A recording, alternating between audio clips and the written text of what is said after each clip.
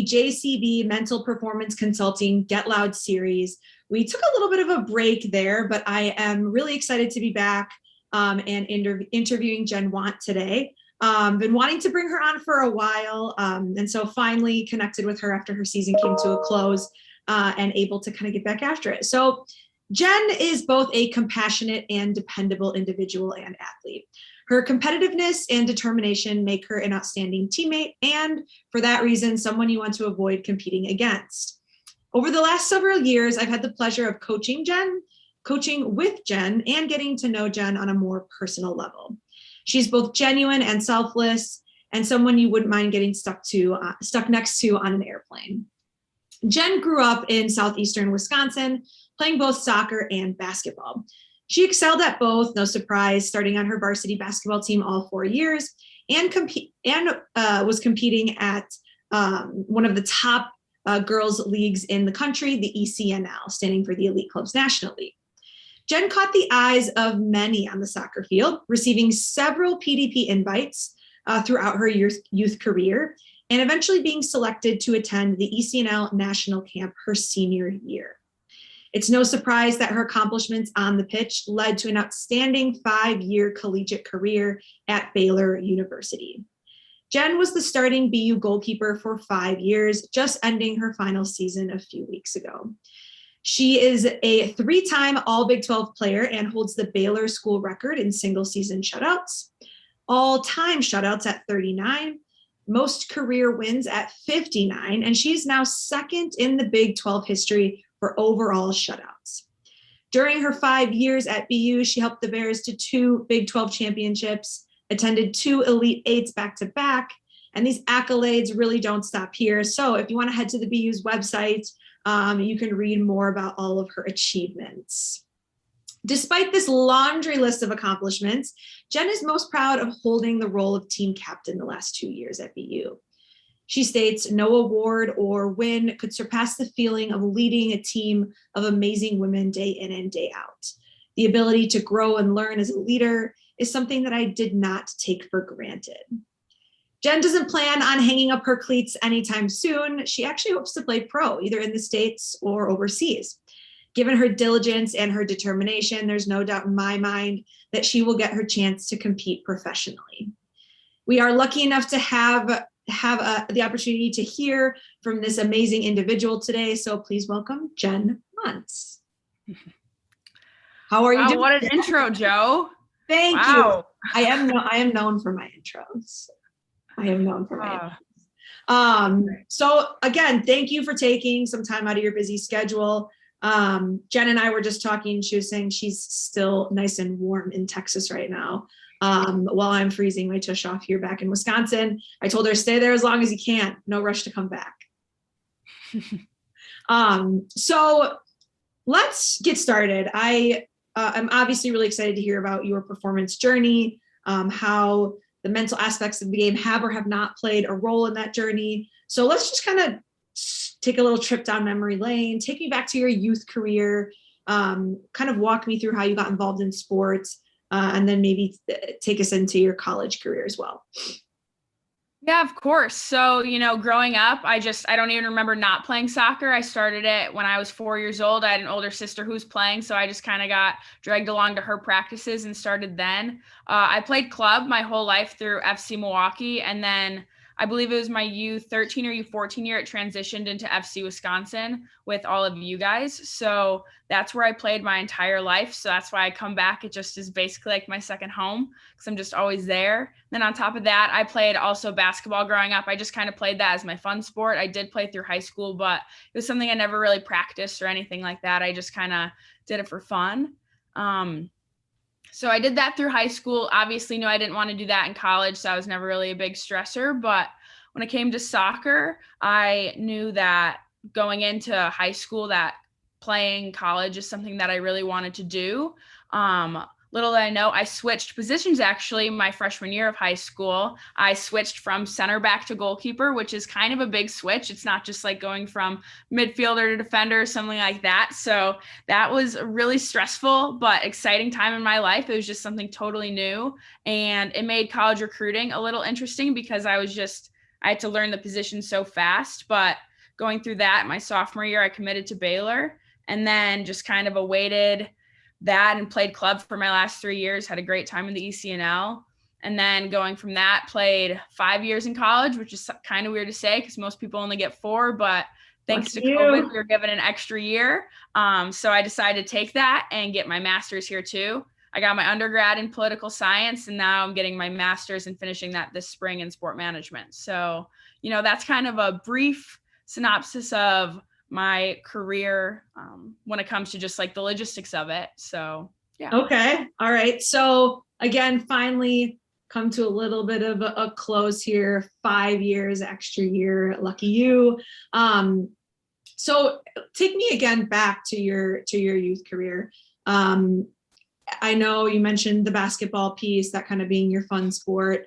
So I'm guessing not as much stress in that within that sport. So you did talk about this transition from a field player to a goalkeeper, which is a big change, but probably pretty glad you did it because it's led to some pretty fantastic success in your soccer career. Tell me a bit about your mindset as a youth athlete. What motivated you? Kind of what was your why? Why did you love soccer, and why did you kind of strive to play at that next competitive level?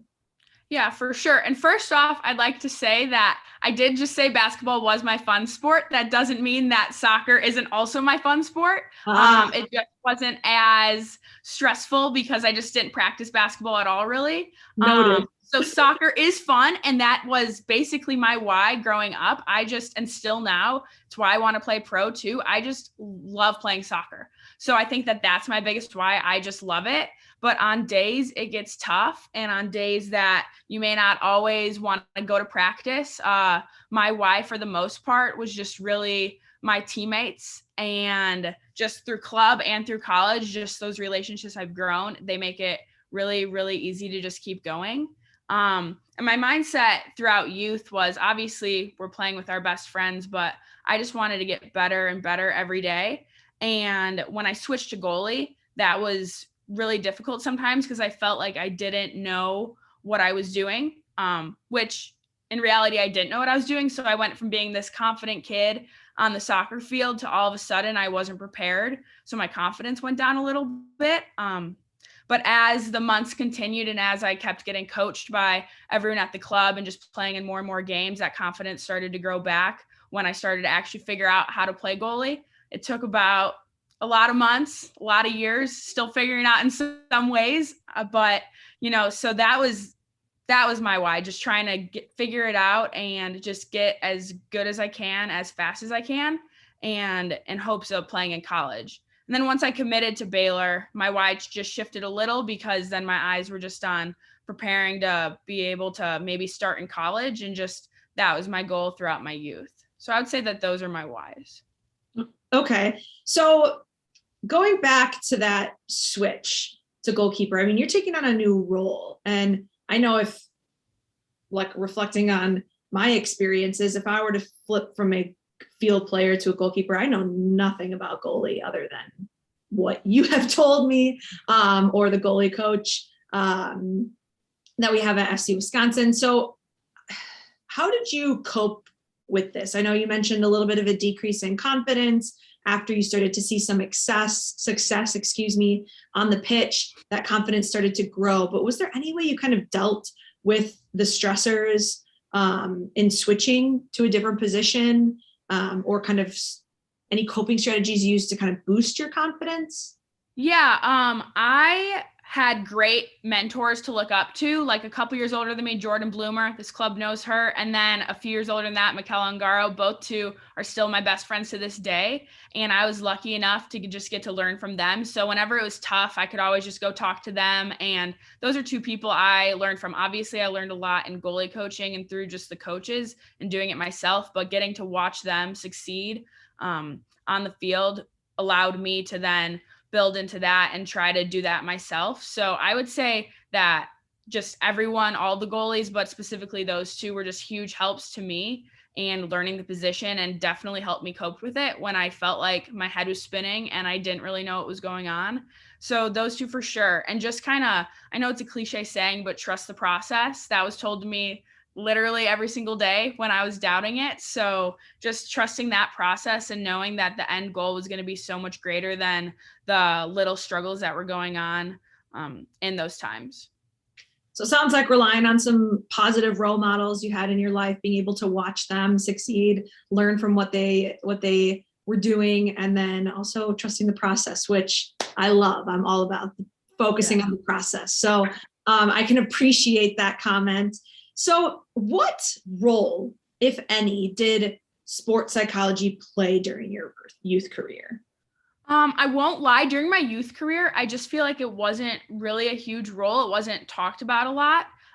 The first time I was kind of introduced to it actually was when I was going on recruiting visits, because we would meet with the entire collegiate staff and a lot of them had sports psychologists. So that was the first time it really kind of popped into my mind that this was something that could be used to help sport.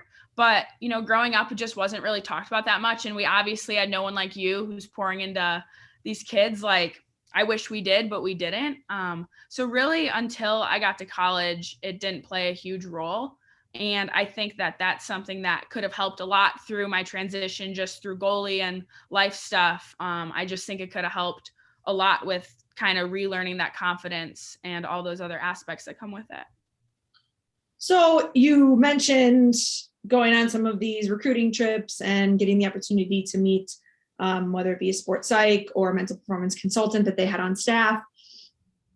So it sounds like these resources were available to you at the college level. Can you tell me a little bit about those?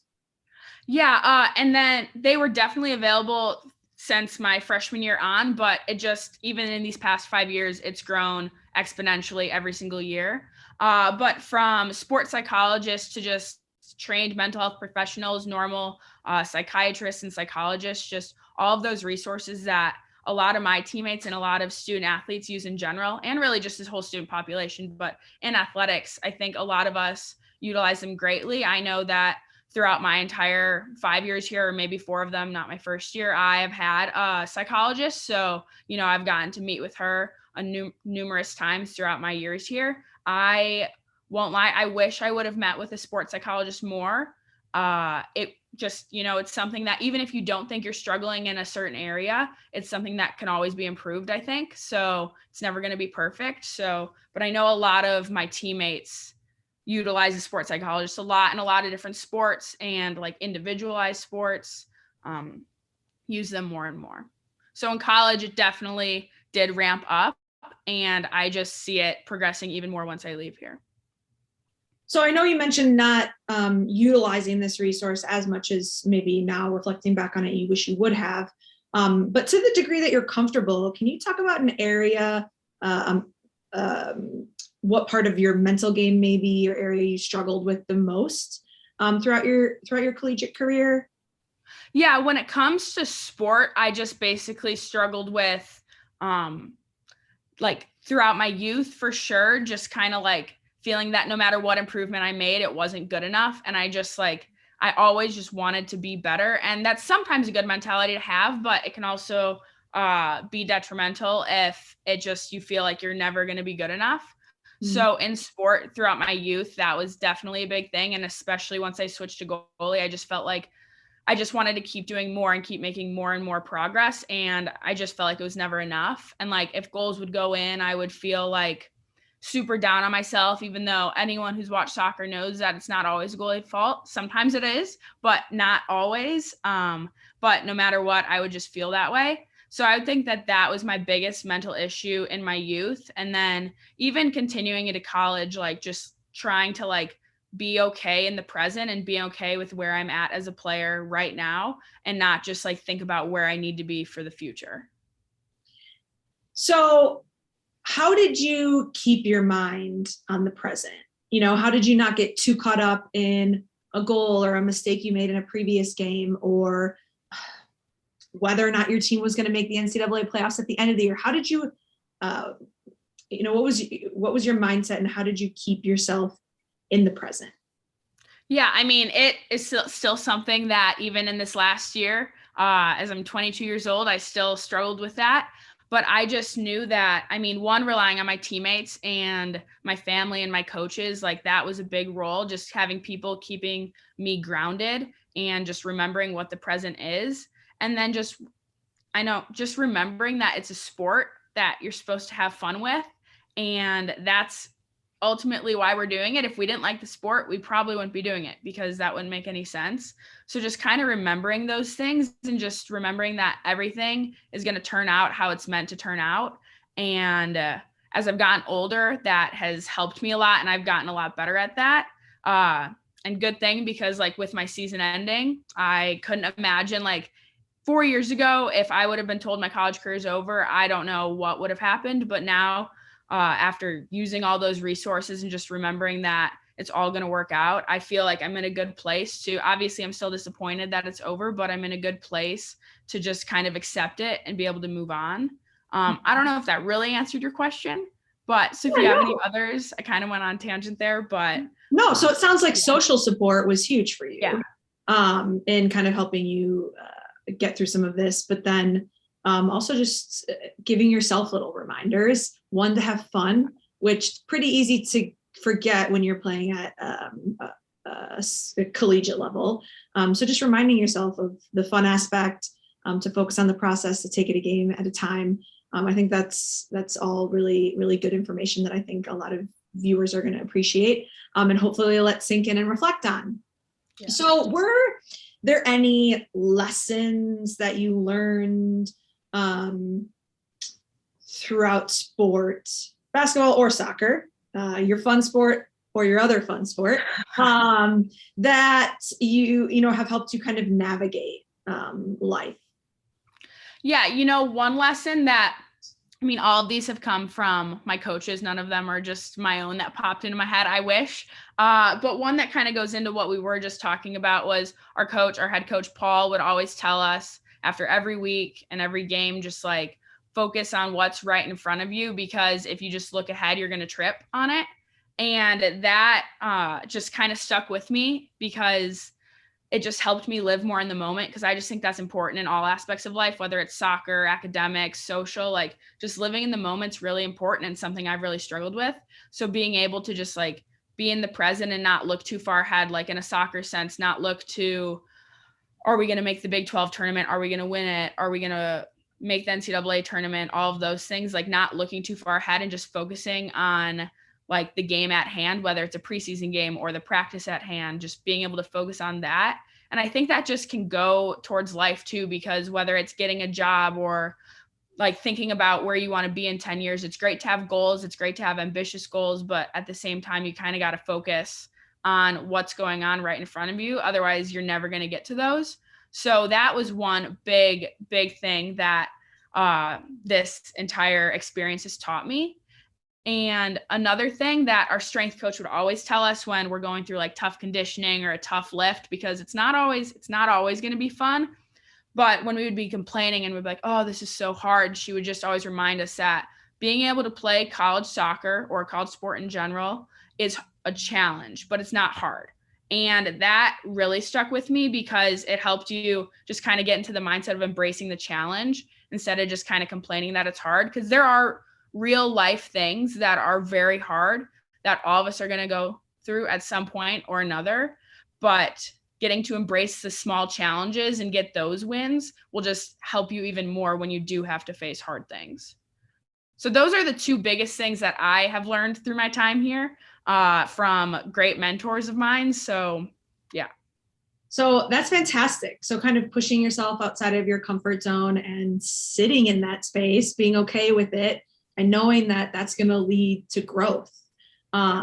So how do you intend to kind of use some of what you just talked about, hopefully to play at the next level? I know you had mentioned potentially playing professional, either overseas or stateside. So tell me how you're going to kind of use your experiences, both at the collegiate level and beyond, at this kind of next level, and kind of just generally talk about your next steps in your career. Yeah, now it's kind of time to listen to my own advice, like you said, but I'm in this weird point where I just finished college sports, but I'm still training and training with some of my teammates and stuff. So, and I'm still in college. But just not looking ahead too far. Like I want to play pro and that's my goal and that's what I'm going to go for. But if I think about all the things that go into that at once, it would just lead to so much stress and anxiety.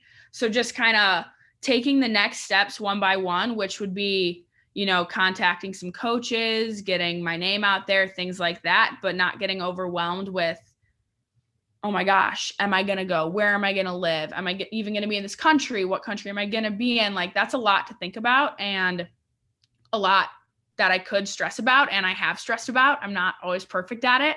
But just kind of, like I said, being in the moment of that and just doing what I can do today to benefit me for later on and not thinking about what I need to do 2 months down the road or 3 months, or even just thinking about what I'm going to do after I play pro. Because like playing pro is going to be fun. It's going to be a great life experience. It's going to be a different challenge that I haven't faced, but I'm much more than a soccer player, so I want to do stuff after soccer naturally. I would love to coach or something along those lines, but also not thinking about that too much and having that kind of hinder my ability to fully embrace playing pro. So I love this continued kind of emphasis on focusing on the process and being in the present moment. Because in order, as you mentioned, and I think you said it really well, in order to achieve these outcomes, these very desirable outcomes that and goals and expectations that you've set for yourself, you have to take it a day at a time, right? You have to focus on the process. And so despite, again, having a fantastic and successful career at Baylor, you have continued to raise the bar and are now setting other and different goals for yourself, whether it be within your professional career or as a soccer player. But I love that you just always come back to, I got to take it a day at a time. I got to focus on the process because that's what matters now. And that's what's going to get me this outcome that I desire. So I think that's such an awesome message and something I think, like you mentioned, we could all be better at in a lot of different areas of our life because it's very easy to get stuck in the past or worry too much about the future. So again, an awesome message. And maybe it kind of ties back in to what we just talked about, but what piece of advice would you give yourself when you were a youth athlete, especially because you didn't have access to some of these mental performance services that we've talked about? Yeah, I think early on in this conversation, we talked about what your why is. And I think I would tell myself to not lose sight of what my why is. We talked about it a lot throughout college too. We always would write down our why every single year just to not lose sight of it. But I would tell my youth self to just remember that and just play with joy. Like it's supposed to be fun and the moments are supposed to be fun. And if you think too far ahead, you're not going to enjoy it. And I have plenty of experiences where I can look back and be like, I wish I would have done this. I wish I would have done that. So that's what I would tell myself, just to keep in mind what your why is. And also just whether it's playing for your teammates or wanting to appease your parents or wanting to go to a good school because of academics or because of sport, those are all great things and those are all great things to strive for, but you also want to be happy with yourself. Because if you just I would tell myself to not strive to just please others, but to please myself, because I want to please others. I want to be a good person. I want to make people happy. I want to give back. But if you're not happy with yourself, it's just kind of all come crumbling down at one point or another. It may not be right away, but in a year or two, you just never know. So I would say, remember your why and just play for yourself sometimes, not in a selfish way. Don't be selfish. Don't be a brat like that. But you have to play for yourself and you have to love yourself and you have to want to do it for you. Yeah. Another fantastic message. I think especially at the youth level, we can get caught up in others' expectations, right? And goals, whether it be parents or social media, or our teammates or our coaches, and we can kind of lose sight of what we want. And ultimately, as you've described, this is your soccer journey. No one else's. And so it's important to kind of reconnect, like you said, with your why, because that can drive you, right? It can keep you internally motivated. And like you said, focusing on the process and continuing to reach for goals and expectations that you have set for yourself. So, and I feel like social media, like we had social media when I was a kid. I'm not that old, but it wasn't as prevalent. And I feel like, I mean, even when I was a kid, I would just always, all of us were caught up in comparing ourselves to others. And I feel like with social media, that's only heightened that issue. So I just like, if you need to delete social media, do that. If you don't, that's great for you. But just make sure we all have our own paths in life and none of them are going to be the same. So, and it's not, you don't want to be on someone else's path. You want to be on your own and you want to make your own path and make your own legacy. So in order to do that, I would just tell myself also to just stop comparing to other people. So also that. Yeah.